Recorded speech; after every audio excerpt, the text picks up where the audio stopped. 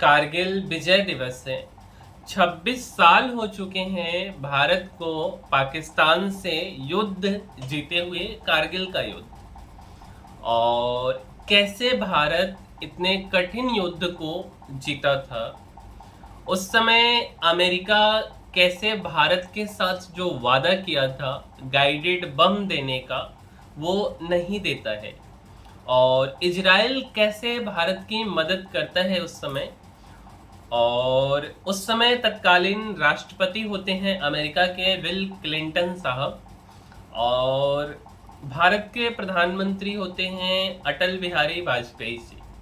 और पाकिस्तान के प्रधानमंत्री होते हैं नवाज शरीफ।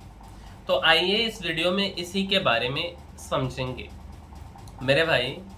कारगिल में पाकिस्तान की घुसपैठ पर अमेरिका की जो बयानबाजी है, कारगिल के इलाके में जनवरी से अप्रैल 1999 के बीच में घुसपैठ होता है। पाकिस्तानी आर्मी जो होते हैं वो LOC लाइन ऑफ कंट्रोल के अंदर 4 से 10 किलोमीटर आ जाते हैं। और सर्दियों में, ठंड के मौसम में भारत के 130 पोस्ट खाली पड़ा रहते हैं। और 3 मई 1999 को पहली बार भारत को इस बात की भनक लगती है कि जो पाकिस्तानी आर्मी है, पाकिस्तानी रेंजर्स हैं, वो भारत के पोस्ट को कब्जा कर लिए। अब 3 मई के बाद आधा मई जो भी योजना है बनता है, उसके बाद भारत ने घुसपैठियों को खदेड़ने के लिए ऑपरेशन शुरू कर दिया। और उस वक्त अमेरिकी विदेश विभाग के प्रवक्ता रहते हैं जेम्स रूबिन। वो एक प्रेस ब्रीफिंग में कहते हैं, प्रेस ब्रीफिंग मीडिया को संबोधित करते हुए कहते हैं कि हम भारत और पाकिस्तान से आग्रह करते हैं कि वे संयम बरते, जैसा कि हमेशा से अमेरिका करते हैं, और नियंत्रण रेखा का सम्मान करें। इस क्षेत्र में तनाव बढ़ना किसी के हित में नहीं है। हम दोनों पक्षों से बातचीत की अपील करते हैं। पत्रकार और जो राजनेता MK अकबर एक किताब लिखते हैं, कारगिल वार द नेग्लेक्टेड वार। कारगिल वार में उनके किताब का नाम है द नेग्लेक्टेड वार। और इसमें उनका कहना है कि अमेरिका ने शुरू से तटस्थ रुख अपनाया। उस समय तक अमेरिका यह नहीं मान रहा था कि भारतीय सीमा में हुई घुसपैठ में पाकिस्तानी सेना की सीधी भूमिका है, क्योंकि पाकिस्तान का दावा था कि यह सिर्फ कश्मीरी उग्रवादियों का काम है। कारगिल युद्ध की समीक्षा के लिए भारत सरकार की बनाई समिति की from surprise to reckoning the Kargil review committee report में लिखा है, अमेरिका को चिंता थी कि युद्ध दोनों देशों के परमाणु हथियारों की वजह से खतरनाक हो सकता है। CIA जैसी अमेरिका खुफिया एजेंसियों की नज़र कारगिल की स्थिति पर थी। मई के आखिरी में अमेरिका को शक होने लगा कि घुसपैठ में पाकिस्तानी सेना की भूमिका है। इसके बावजूद अमेरिका जो है वो सख्त बयान देने की बजाय शांति का अपील करते रहता है। अच्छा, भारत ने सबूत दिए, तब अमेरिका ने पाकिस्तानी साजिश की बात मानी। इससे पहले तो वो मान ही नहीं रहा था। मई 1999 के आखिरी हफ्ते में भारत ने सैन्य कार्रवाई तेज कर दी थी। भारतीय सेना ने कुछ पाकिस्तानी सैनिकों के दस्तावेज और सबूत हासिल किए, जिनसे यह साबित हुआ कि घुसपैठ के पीछे पाकिस्तानी सेना है। 6 जून 1999 को अमेरिकी राष्ट्रपति बिल क्लिंटन ने पाकिस्तानी घुसपैठ की बात मानी और कहा पाकिस्तान को सीमा पार की गई घुसपैठ तुरंत रोकनी चाहिए। यह युद्ध शांति के लिए खतरा है। और क्लिंटन का यह जो बयान था वो बड़ा ही टर्निंग पॉइंट था। अमेरिका ने पहली बार साफ तौर पर पाकिस्तान को घुसपैठ का जिम्मेदार ठहराया था। From surprise to reckoning report के मुताबिक भारतीय सेना ने 12 जून की रात कारगिल इलाके में तोलो लिंग की पहाड़ी जैसे अहम ठिकानों पर कब्जा कर लिया। अमेरिका ने भारत को बम नहीं दिए और इवन जीपीएस देने से भी इनकार कर दिया। मई 1999 के आखिरी तक भारतीय सेना को जंग में भारी नुकसान उठाना पड़ा। तोलोलिंग और टाइगर हिल जैसी ऊंची चोटियों पर बैठे पाकिस्तानी सैनिक मशीन गन, मोर्टार और एंटी एयरक्राफ्ट गन से हमला कर रहे थे। भारतीय सैनिकों को खरी चढ़ाई चढ़नी पड़ रही थी। ऑक्सीजन की कमी और ठंड ने हालात और मुश्किल कर दिए थे। बोफोर्स तोपों और मौजूदा जो हथियार थे वो कम पड़ रहे थे। इसके अलावा कारगिल का इलाका उबड़ खाबड़ और ऊंचा था, जहां सामान्य नक्शों की मदद से हमला करना मुश्किल था। भारतीय वायुसेना ने मिग-21, मिग-27 और मिराज 2000 विमानों का इस्तेमाल तो शुरू कर दिया, लेकिन दुश्मन के बंकरों को नष्ट करने के लिए लेजर गाइडेड बम और सटीक लोकेशन बताने वाला नेविगेशन सिस्टम भी चाहिए था। और उस समय अमेरिका के पास सैटेलाइट आधारित जीपीएस तकनीक थी। अमेरिकी सेना इसका इस्तेमाल करती थी। भारत बम और एडवांस्ड टेक्नोलॉजी मुफ्त में नहीं बल्कि पैसा देके खरीदना चाहता था। और उस समय के जो रक्षा मंत्री थे वो जॉर्ज फर्नांडिस थे और विदेश मंत्री थे जसवंत सिंह ने अमेरिकी विदेश विभाग के उप मुख्यमंत्री स्ट्रोव टालबोट और कई अमेरिकी डिफेंस ऑफिसर्स से बात करते हैं। और from surprise to reckoning report के मुताबिक अमेरिका ने भारत की मांगों को सख्ती से ठुकरा दिया। अमेरिका ने कहा कि वह युद्ध तो रोकना चाहता है, लेकिन ग्लेन संशोधन के नियम के तहत वो भारत को कोई हथियार, बम या सैन्य तकनीक नहीं दे सकता। दरअसल 1994 में परमाणु हथियारों का प्रसार रोकने के लिए अमेरिका ने ग्लेन संशोधन नाम का कानून बना था।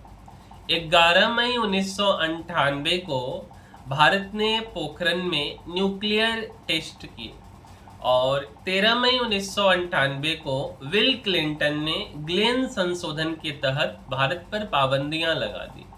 भारत को सैन्य हथियारों,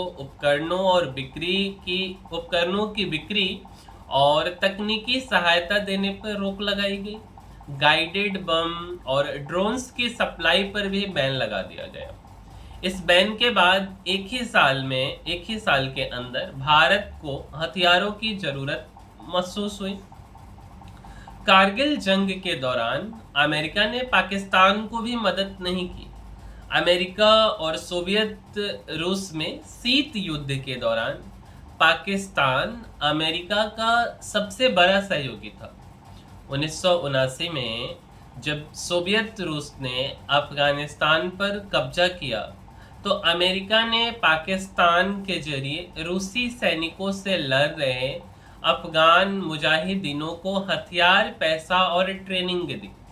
1980 के दशक में अमेरिका ने पाकिस्तान को अरबों डॉलर की आर्थिक मदद की, F-16 लड़ाकू विमान और दूसरे हथियार भी दिए। पुरानी दोस्ती के चलते पाकिस्तान को इस बात की उम्मीद थी कि अमेरिका जो है उसका खुलकर साथ देगा। हालांकि ऐसा अमेरिका करता नहीं है और भारतीय सेना के तब के जो जनरल रहते हैं PB मलिक, वो भी एक किताब लिखते हैं Kargil from surprise to victory और बताते कि इसकी दो वजह है।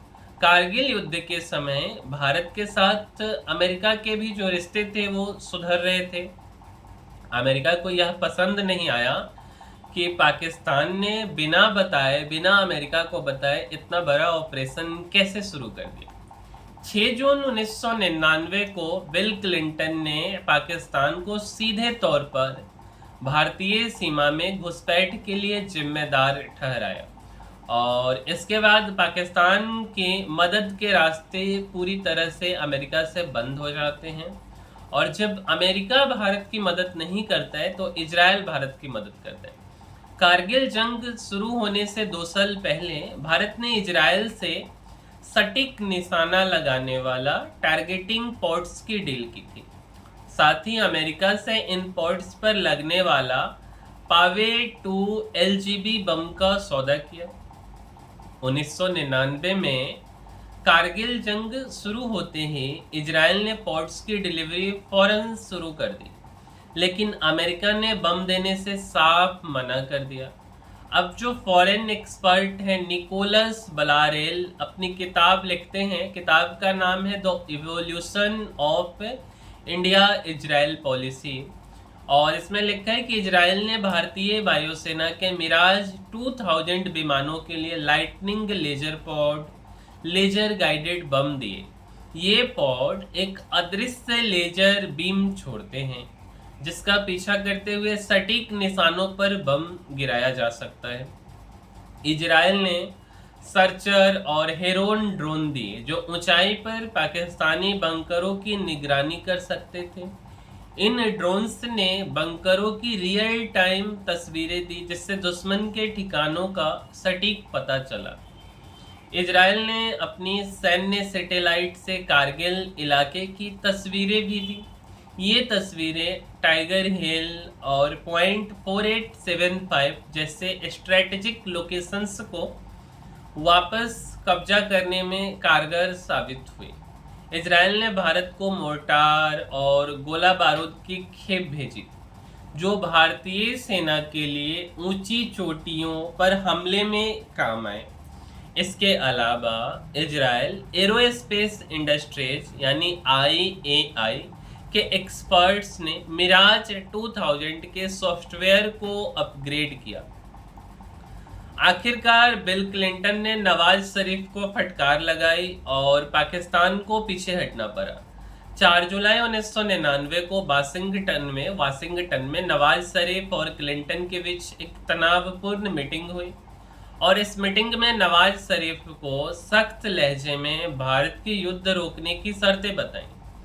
क्लिंटन ने शर्त क्या था कि बिल क्लिंटन रात के 10 बजे भारतीय प्रधानमंत्री को कॉल करते और बोलते कि दोनों देश परमाणु संपन्न हैं तो कृपया करके आप युद्ध रोक दें। गहरी चिंता व्यक्त की जाती। तो हमारे तत्कालीन प्रधानमंत्री उस समय के अटल बिहारी वाजपेयी जी बोलते कि युद्ध तभी रुकेगी जब पाकिस्तानी सेना अपने क्षेत्र में वापस चले जाएंगे। तो यही शर्त बिल क्लिंटन नवाज शरीफ को बताते हैं। क्लिंटन ने कहा कि जंग तभी रुकेगी जब पाकिस्तान उन सभी भारतीय इलाकों से अपनी सेना को वापस बुलाएगा जहां पाकिस्तान ने घुसपैठ की। पाकिस्तान जंग में बुरी तरह हार रहा था।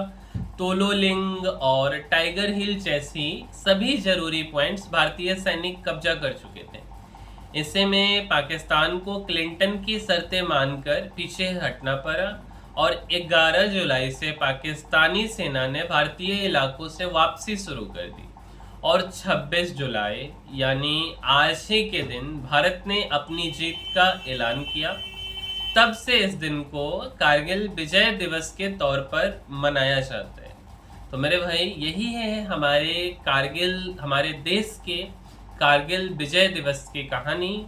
तो उम्मीद करते हैं कि आपको ये कहानी अच्छी लगी होगी कि इजराइल कैसे मदद करता है, अमेरिका कैसे वादा करके मुकर जाता है और पाकिस्तान कैसे घुसपैठ करता है।